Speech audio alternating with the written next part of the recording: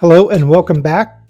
My name is Michael Berger with Texas Real Estate Insights, and I am with Cooper Sotheby's in San Antonio, Texas. I hope you are doing well, and thank you for joining me today. Today being September 16th, 2025. I have a fascinating video for you today. Wanted to kind of go into, as a seller or even as a buyer, what are the types of value that can be attributed to your property. And there's three of them. You have the market value, which is the value the market is willing to pay. You have the appraised value, which a licensed appraisal will do the appraisal. And then the third value is the assessed value. So let's kind of break each one of these down and explore what they mean and how they impact you as a seller. I'm going to start with the last one first and go backwards from there. The first one I wanted to talk about is the assessed value. And that is the number that the county in which you reside assigns or assesses to the property as a value for the tax basis.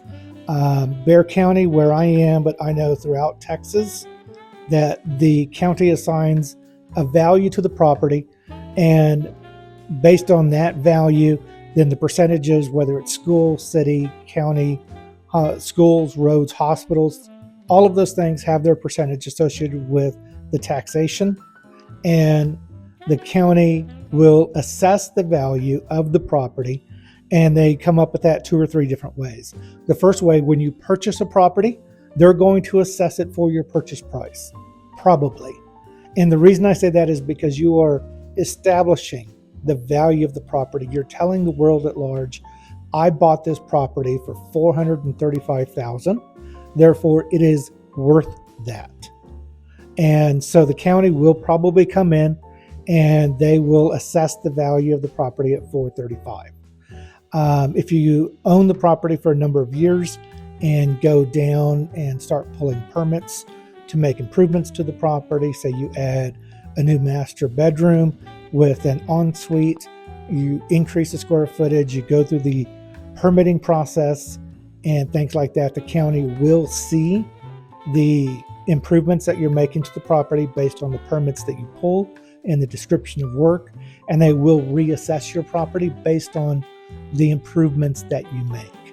And then the third way that they modify your property value is with the passage of time. The legislature has rules about how much or how quickly the county can increase your value, the assessed value for taxation purposes. And I'm not an attorney, so I'm not going to go into that. I was going to start talking about it, but I'm not an attorney. I don't play one on TV. I'm not giving legal advice, blah, blah, blah. Okay, ultimately, the county will have an assessed value of the property. That is not to be confused with a market value. The market value is when you sit down with your licensed real estate professional, you look at the numbers, the comps that have sold, what do you think the value of the property is, and then in conjunction with your agent, you and your agent will sit down and make a decision as to what we are going to market the property at. And when the property hits the market, there's 2-3 different numbers that a seller can choose to have as a list price. They can choose to have a unsellable price.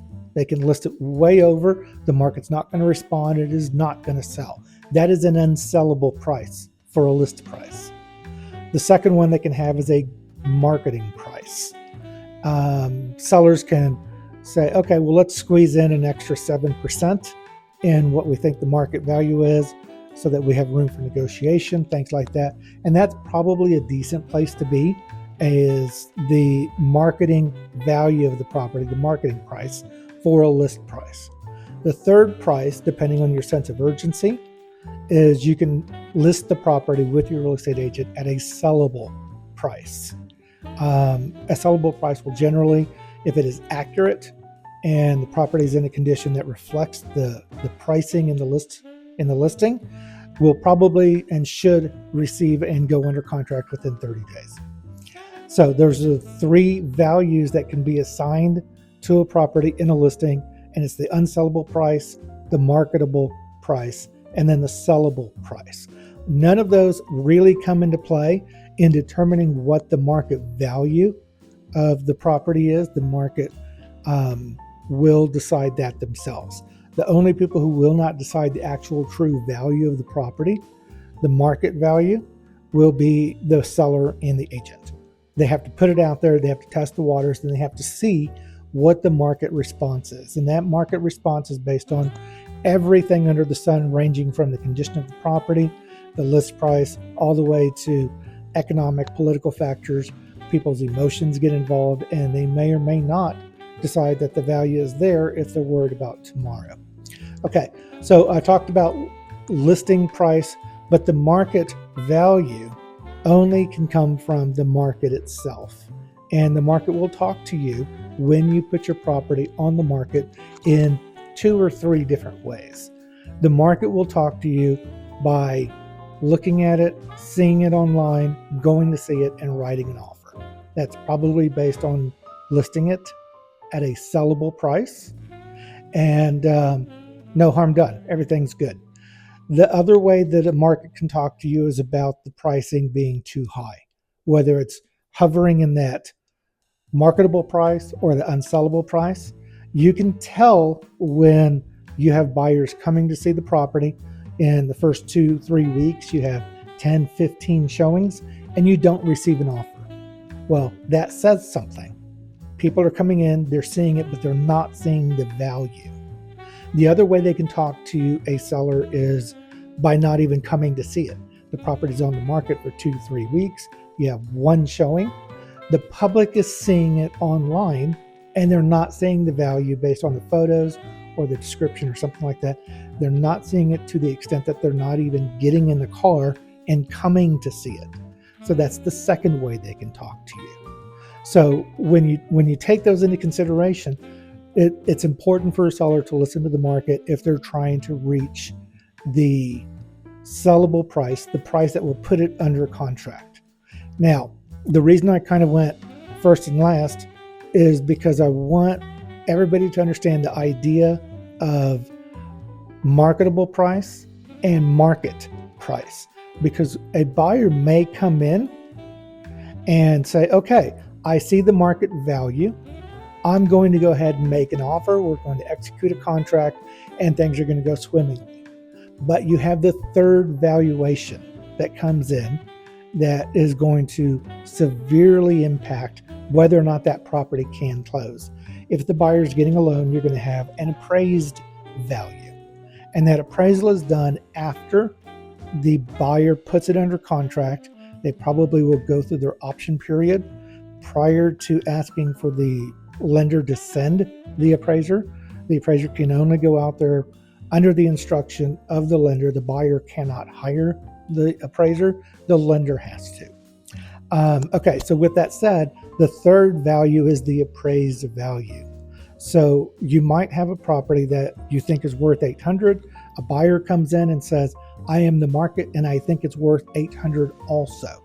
So you write up a contract, you put it under contract for $800,000, and then the appraiser comes in and says, I see the value as an appraised value at $550,000. Well, suddenly you have an issue because the lender is not going to loan, whether it's an 80-20 loan to value, whatever it is, they're not going to make that loan based on an $800,000 contract on a $550,000 value. So when you put a property under contract, when you list it in the first place, that is why working with the real estate agent, your professional, is so important, because sellers get excited about the value of the property. The buyers get excited emotionally about the prospect of the property. But if you're not keeping in mind that the appraised value is going to impact the fluidity of the loan and the process of getting it closed, then everybody can be frustrated. Everybody can end up angry. So that's why when we work with our sellers, one of the main things that we focus on in working with them is making sure that we look at the value of the property, the market value, the potential market value of the property. We price it accordingly, whether it's the marketable price or the sellable price. We try hard not to take the unsellable listings because it just doesn't do anybody any good. It burns relationships and it wastes the seller's time. So we try real hard not to take unsellable price properties. But when you take the listing and you put it under contract, it is so important to make sure that you understand that the appraisal is going to have to hit value so that the buyer can have a smooth transaction and the seller can, see closing at the end of the day. So let's take a brief break. We're going to cut and we're going to go into a new section of our videos called the mortgage moment. So let's take a look right now. Hello and welcome to this mortgage moment brought to you by Tom Romanello of Legacy Mutual Mortgage. Looking at the rates, we can see that the conventional 30-year is hovering at about 6.25, 15-year conventional at 5.5. The FHA 30-year is at 6, and VA 30-year is 5.88. And then those jumbo loans, the 30-year fixed for the jumbo is at 6.25. According to some of the notes Tom sent, his mortgage rates continue to improve while the market is looking for further guidance from the Fed this week. If you have mortgage questions or anything that you want to know about mortgages, Tom is your guy. You can reach him. His information is in the description of this video. And thank you for joining us in the mortgage moment. Okay, we're back. Let's recap what we talked about. We have the market value, we have the appraised value, and we have the assessed value. Put it all in a nutshell, the market value is what your home would likely sell for in today's market. The appraised value is determined by a licensed appraiser, mainly for banks to protect their investment during the sale. And then you have the assessed value. This is set by the county appraisal district, and it's used to calculate property taxes. 3 values, 3 different purposes, and they don't always match. Okay, I'm not getting comments like I'd like, so put some comments in the comment section below, because I do want to start making some videos that compile questions that people are asking. Again, I am a licensed real estate broker for 25 years. However, I am not your real estate broker.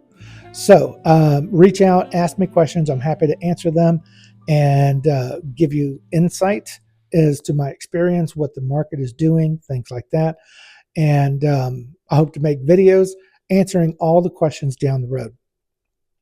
Again, it's Michael Berger with Texas Real Estate Insights, and you have a beautiful day.